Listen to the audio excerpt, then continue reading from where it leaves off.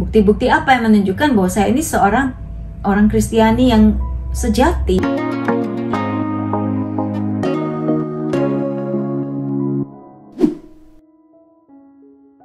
Apa yang perlu kita lakukan ketika kita mau mengajak orang lain untuk mengalami Yesus yang hidup?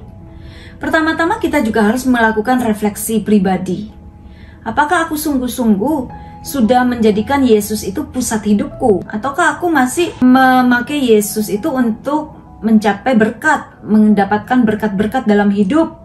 Apakah tujuanku supaya aku kelihatan hebat ya? Nah, ataukah memang aku mau melayani Kristus? Saya beri contoh ketika saya awalnya itu ya ego saya aja, saya pengen meraih prestasi. Tapi yang kemudian kedua, Yesus iya, tapi juga prestasi iya. Yang ketiga, barulah Kristus sungguh-sungguh menjadi tujuan dan pusat hidup. Apakah Kristus sudah hidup dalam hatiku? Nah, yang kedua, apa sih perubahan yang kita lihat dalam diri kita nih sebelum kita menjadikan Kristus itu sebagai pusat hidup kita, dan sekarang kalau kita memang sudah menjadikan Kristus sebagai pusat hidup kita? Apakah kalau kita misalnya sakit, kita masih pergi ke cari orang pinter gitu ya?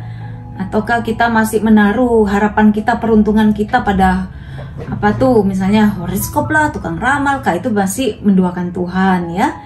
Ataukah kita ini melayani di gereja itu hanya apa sih yang kita cari? Apakah kita hanya pengen ya supaya ada kesibukan?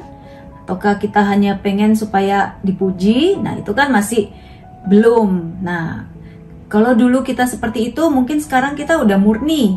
Nah, apa perubahannya? Oh, kalau dulu aku mungkin cari pujian. Kalau sekarang mau orang muji, mau orang kritik, tidak apa-apa. Yang penting aku sudah melakukan yang terbaik yang aku bisa, gitu kan? Ada perubahan-perubahan ketika memang Kristus itu menjadi pusat hidup kita. Nah, bukti-buktinya seperti itu kan? Bukti-bukti apa yang menunjukkan bahwa saya ini seorang orang Kristiani yang sejati, yang mau mengikuti Kristus?